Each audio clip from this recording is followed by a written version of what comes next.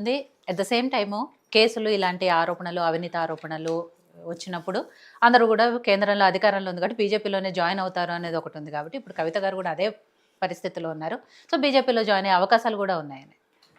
ముందుగా ఆవిడ బీజేపీలో జాయిన్ అవుతుందా లేకపోతే వేరే పార్టీలో జాయిన్ అవుతుందా, ఇంకా వార్తలు ఏమొస్తున్నాయంటే టీఆర్ఎస్ అని వచ్చేటట్టుగా కొత్త పార్టీ పెట్టబోతుంది అనేది వార్తలు వస్తున్నాయి. మరి నేను చూస్తున్నా, అప్పటి నుంచి చూస్తాను. నాకు తెలిసి మేబీ కొత్త పార్టీ పెట్టొచ్చు. ఎందుకు అంటే తను అవినీతి చేసింది, బీజేపీలో జాయిన్ అయ్యే అవకాశం లేదు. బీజేపీలో కూడా నాకు తెలిసి వెల్కమ్ చెప్పే అవకాశం లేదు. కాంగ్రెస్ వాళ్ళు ఇప్పుడే సతీష్ అన్న చాలా క్లియర్గా ఖరాఖండిగా చెప్పినారు, మాకు సంబంధం లేదని చెప్పారు.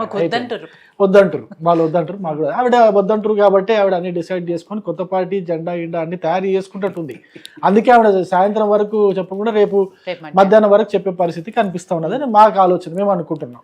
అయితే మాకంతా ఇంట్రెస్ట్ ఏంటి అంటే ఈ మొత్తం ఎపిసోడ్లో బీజేపీ పార్టీ ఇంట్రెస్ట్ ఏంటి అనేది చూస్తే వాళ్ళ కుటుంబంలో వ్యవహారం మాకు సంబంధం లేదు. కాకపోతే ఆవిడ చెప్పినటువంటి కొన్ని పేర్లు అయితే చెప్పిందో, హరీష్ రావు గారు కావచ్చు, సంతోష్ రావు గారు కావచ్చు, ఇంకా ఏమైనా కొన్ని పేర్లు చెప్తుందా అనే ఆలోచనతో మేము వెయిట్ చేస్తూ ఉన్నాం.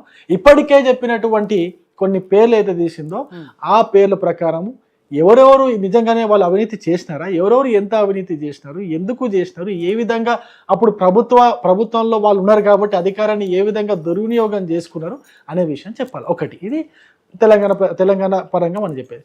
రాజకీయ పరంగా మనం చూస్తే ఇప్పుడు ఇంతకుముందు ఆవిడ మనోజ గారు జాగృతి టీం నుంచి వచ్చిన వ్యక్తి ఆవిడ ఏం చెప్తున్నారంటే వ్యక్తుల మీద మాట్లాడిందే కానీ వ్యవస్థ పైన మాట్లాడలేదు అని అంటుంది. మరి ఆ వ్యవస్థ అయితే నడిచిందో కేసీఆర్ గారి నాయకత్వంలో వ్యవస్థ నడిచింది.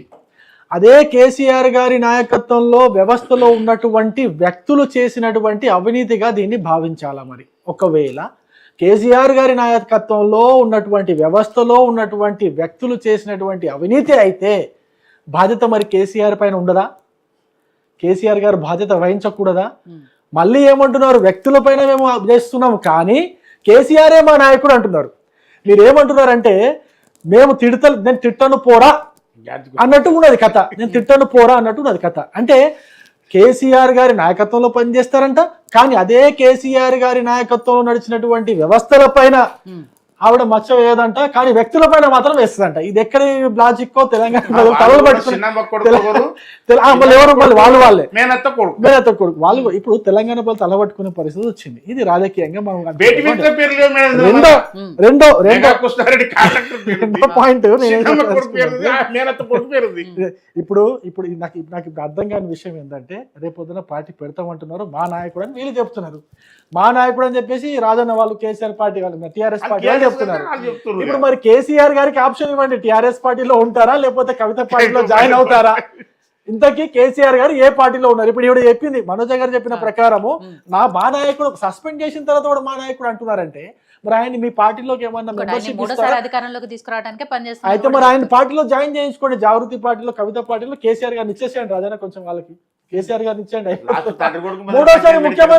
మూడోసారి ముఖ్యమంత్రి చేసుకుంటాడు. నాకు తెలిసి మీ కోరిక కూడా కేసీఆర్ గారిని మూడోసారి ముఖ్యమంత్రి చేసుకోవాలమే అవుతే ఖచ్చితంగా కేసీఆర్ గారిని జాగృతి లింక్ ఇచ్చేసేయండి. వాళ్ళు మూడోసారి ముఖ్యమంత్రి చేసుకుంటారు. మీకు చేసుకోవాలని లేదు కాబట్టి మీరు కేటీఆర్ ని చేసుకోండి. మీకు మంచి ఆప్షన్ వచ్చింది, మీరు కేటీఆర్ ని చేసుకోండి, వీళ్ళు కేసీఆర్ ని చేసుకుంటారు. సరిపోతుంది. ఏముందే గాదిగా గడిచిన దానికి. ఇప్పుడు తెలంగాణ ప్రజలకు వచ్చేది ఏమున్నది? తెలంగాణ ప్రజలకి ఏం నెత్తి కొట్టుకోవాలా, ఎందుకు కొట్టుకోవాలి, ఇవన్నీ వీటి గురించి నేను 2 గంటలు గంట ఎందుకు చర్చ చేయాలా? ఒక మాట చెప్తున్నా. ఇంతకుముందు రాజుగారు ఒక విషయం మాట్లాడారు. ఇప్పుడు కేంద్ర ప్రభుత్వం నితిన్ గడ్కరీ గారు వచ్చారు, దాని తర్వాత మోడీ గారు వచ్చి ఏటీఎం అన్నారు అని చెప్పేసి ఆ విషయం కాళేశ్వరం టాపిక్ మాట్లాడారు కాబట్టి దానికి ఒక చిన్నగా కాళేశ్వరం పైన ఇప్పటికేమండి సీరియస్గా సబ్జెక్ట్ నేను అకాడమిక్ చర్చ చేస్తున్నాను, ఏమనుకోవద్దు. 4 రిపోర్ట్లు ఉన్నాయి. ఫస్ట్ రిపోర్ట్ వచ్చింది, విజిలెన్స్ కమిషన్ రిపోర్ట్ వచ్చింది. విజిలెన్స్ కమిషన్ రిపోర్టు చాలా స్పష్టంగా చెప్పింది ఏంటంటే 33 మంది అధికారుల పైన వెంటనే చర్యలు తీసుకోవాలా. వీళ్ళు అత్యంత తీవ్రమైన అంటే వాళ్ళ అధికార పరిధిలో అది తీవ్రమైన అవినీతికి పాల్పడ్డారు, వాళ్ళ అధికార పరిధిలో వాళ్ళ తీవ్రమైనటువంటి అవినీతికి పాల్పడ్డారు, వాళ్ళపైన చర్యలు తీసుకోవాల్సిందే అని చెప్పేసి విజిలెన్స్ కమిషన్ రిపోర్ట్ ఇచ్చింది. దాన్ని బట్టి అక్కడ అవినీతి జరగలేదని ఏ విధంగా చెప్తారు? చెప్పిన తర్వాత విజిలెన్స్ కమిషన్ ఒకటి. రెండోది ఏమొచ్చింది, కాగ్ రిపోర్ట్ వచ్చింది. అంతకుముందు దానికంటే ముందు కాగ్ రిపోర్ట్ వచ్చింది. కాగ్ రిపోర్ట్ ఏం చెప్పిందంటే ఈ ప్రాజెక్టు మొత్తం కూడా ROI రిటర్న్ ఆన్ ఇన్వెస్ట్మెంట్ దీంట్లో వెళ్ళదు. మనకు కాస్ట్ అకరెన్స్ అయితే వచ్చిందో దానికి కాస్ట్ బెనిఫిట్ రేషియో లేదు అని చెప్పేసి కాగ్ చాలా స్పష్టమైన రిపోర్ట్ ఇచ్చిన తర్వాత కూడా మీరు అక్కడ అవినీతి జరగలేదు అంటున్నారు, సమర్థించుకుంటున్నారు. మంచిది, మీరు సమర్థించుకోవాలి. విజిలెన్స్ రిపోర్ట్ అయిపోయింది, కాగ్ రిపోర్ట్ అయిపోయింది, దాని తర్వాత వచ్చింది ఎన్డీఎస్ఏ రిపోర్టు. ఎన్డీఎస్ఏ రిపోర్టు చాలా స్పష్టంగా ఏం చెప్పిందంటే ఈ కాంట్రాక్టర్లు ఎవరైతే ఉన్నారో ఒత్తిడితో పనిచేశారు, కాంట్రాక్టర్లు తప్పిదం ఉన్నది, ఈ కాంట్రాక్టర్లు ఏది తప్పిదం చేసినారో వాళ్ళు చేసిన తప్పిదము పైనుంచి వచ్చినటువంటి అధికారుల దగ్గర నుంచి ప్రభుత్వం దగ్గర నుంచి వచ్చిన ఒత్తిడి ద్వారా ఇది జరిగినట్టుగా అనిపిస్తూ ఉంది. వెంటనే ఇప్పుడున్న ప్రభుత్వం దానికి వెంటనే రిపేర్లు చేసుకోవచ్చు. దాదాపు 600-700 కోట్ల రూపాయలు ఖర్చు అవుతుంది. ఆ కాంట్రాక్టర్ల పైన భారం వేసి రిపేర్ చేసి దాన్ని వినియోగంలోకి తీసుకుని రావాలి. ఇప్పుడు కూడా మనకు అర్థమవుతుంది దాంట్లో ఏదో కొంత గోచాలు నడిచినట్టు అనిపిస్తూ ఉంది. అదొకటి. ఇప్పుడు వచ్చినటువంటి పీసీ ఘోష్ కమిషన్, పినాకిని ఘోష్ గారి కమిషన్ చెప్పిన ప్రకారం ఏంటంటే ఆ పినాకిని ఘోష్ గారు ఈ విజిలెన్స్ రిపోర్ట్ కూడా తీసుకున్నారు. ప్రభుత్వం చెప్పింది మేము విజిలెన్స్ కమిషన్ రిపోర్ట్ కూడా పీసీ ఘోష్ కమిషన్కి ఇచ్చాము, దాని తర్వాత ఎన్డీఎస్ఏ రిపోర్ట్ కూడా పీసీ ఘోష్ గారికి సమర్పించాము, దాని తర్వాత అంతకుముందు ఉన్నటువంటి కాగ్ రిపోర్ట్ కూడా మేము ఇచ్చాము.